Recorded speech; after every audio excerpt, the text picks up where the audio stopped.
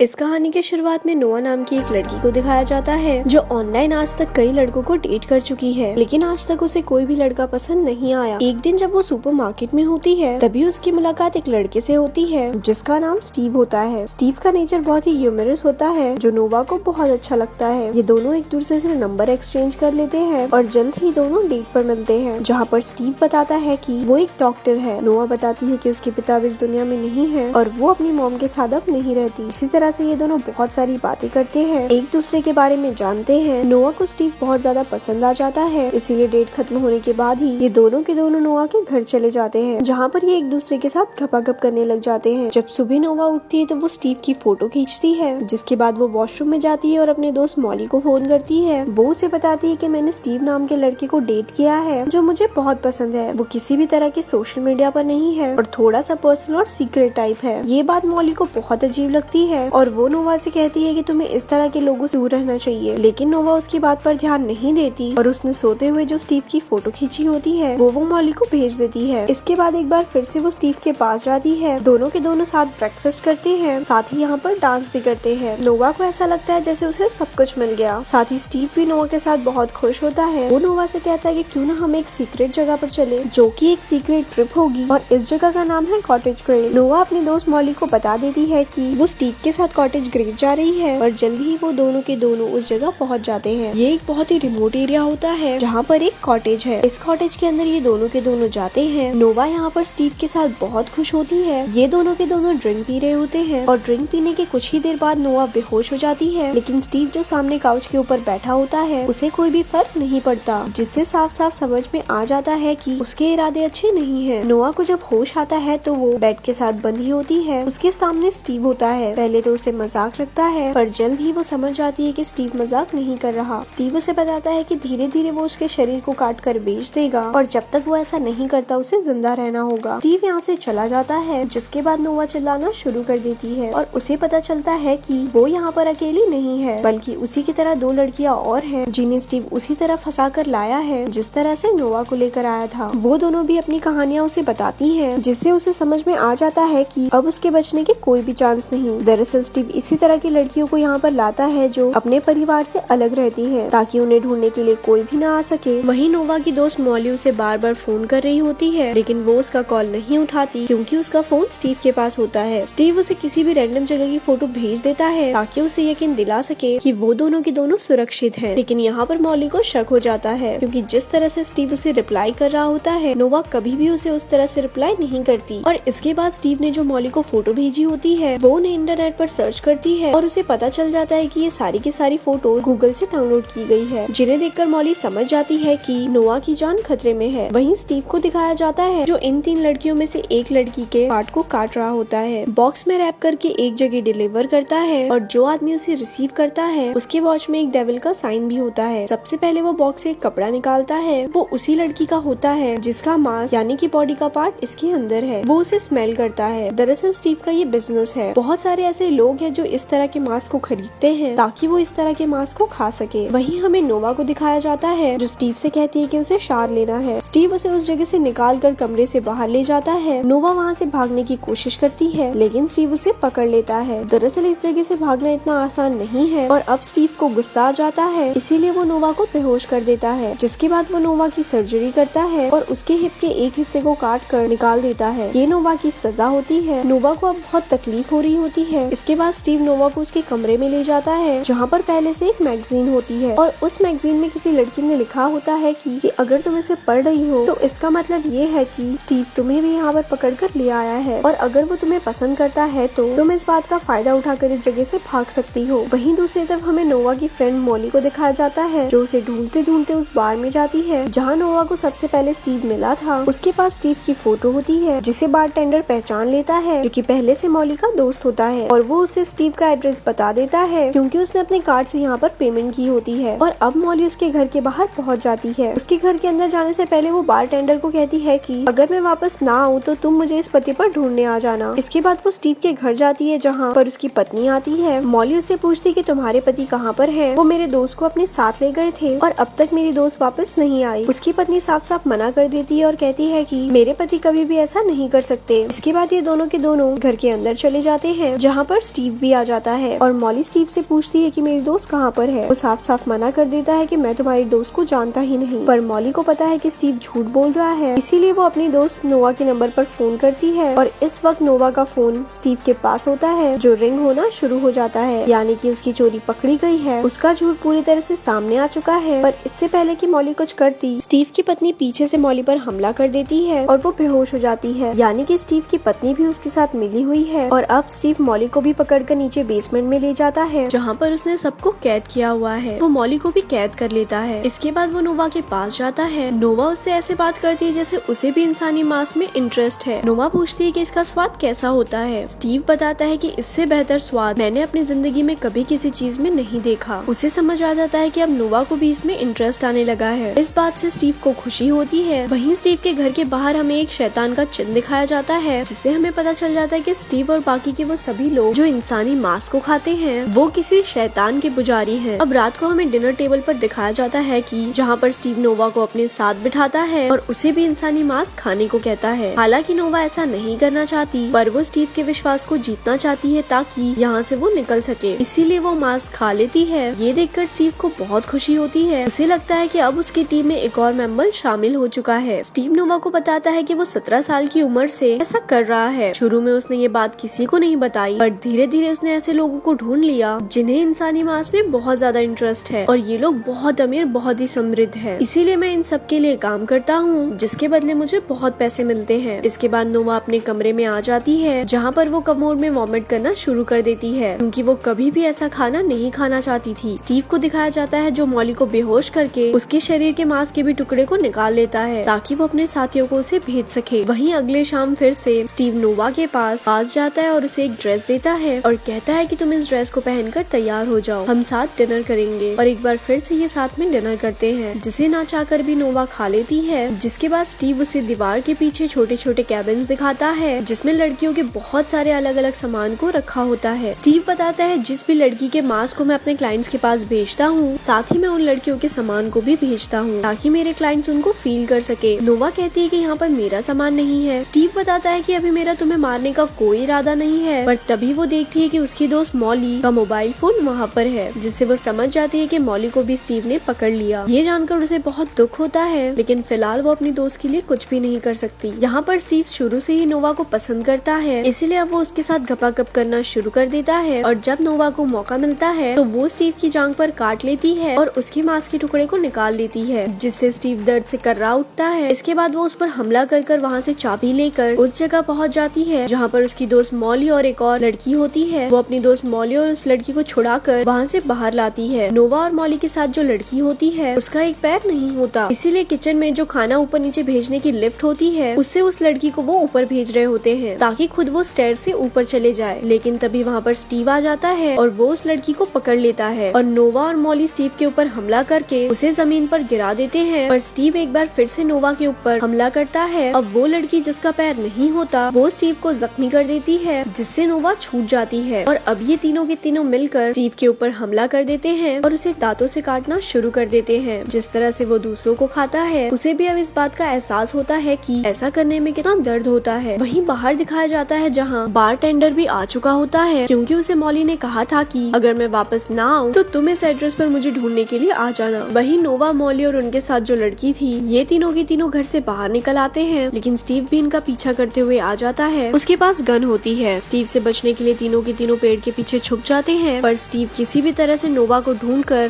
मारना चाहता है, क्योंकि ये सब कुछ उसी की वजह से हुआ है। और जब वो नोवा को ढूंढ रहा होता है तभी मॉली पीछे से उसके ऊपर हमला कर देती है। इसके बाद फिर से ये तीनों मिलकर स्टीव के ऊपर हमला करते हैं और नोवा उसकी गन छीन लेती है और उसे उसी की गन से मार देती है, यानी कि ये तीनों के तीनों सुरक्षित हैं, क्योंकि अब स्टीव की मौत हो चुकी है। नोवा को अपना मोबाइल हासिल करना होता है, इसीलिए ये लोग घर के अंदर जाते हैं। वहीं हमें घर के बाहर स्टीव की वाइफ को दिखाया जाता है जो स्टीव की बॉडी को देख लेती है और वो अपने वर्कर से कहती है कि इसे फ्रिज में रख दो, क्योंकि जो काम स्टीव करता है वो काम ये भी करती है। इसके बाद वो नोवा के पास जाती है और कहती है कि मुझे भी स्टीव ने बंदी बना रखा था, मैं भी उसकी विक्टिम हूँ। दरअसल ये नोवा को मारना चाहती है, इसीलिए वो उसके ऊपर हमला कर देती है, पर तभी पीछे से मॉली आ जाती है और वो स्टीव की पत्नी को मार देती है, जिसका मतलब ये है कि अब ये पूरी तरह से सुरक्षित और आजाद है। इसी के साथ ये मूवी यहीं पर खत्म हो जाती है। ऐसी और स्टोरी सुनने के लिए हमारे पेज को लाइक करें। धन्यवाद।